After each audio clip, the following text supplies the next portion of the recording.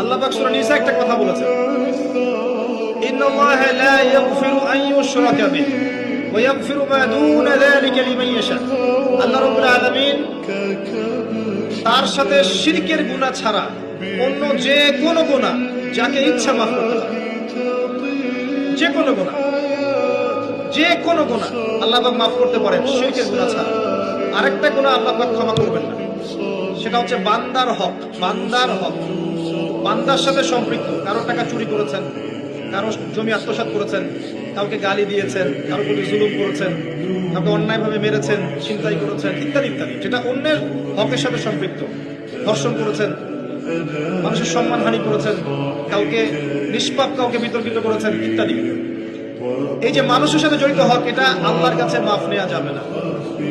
কাবা ঘরের গেলাফ ধরে কানলেও কোনো লাভ নাই, ওই বান্দার কাছে গিয়ে ক্ষমা নিতে হবে।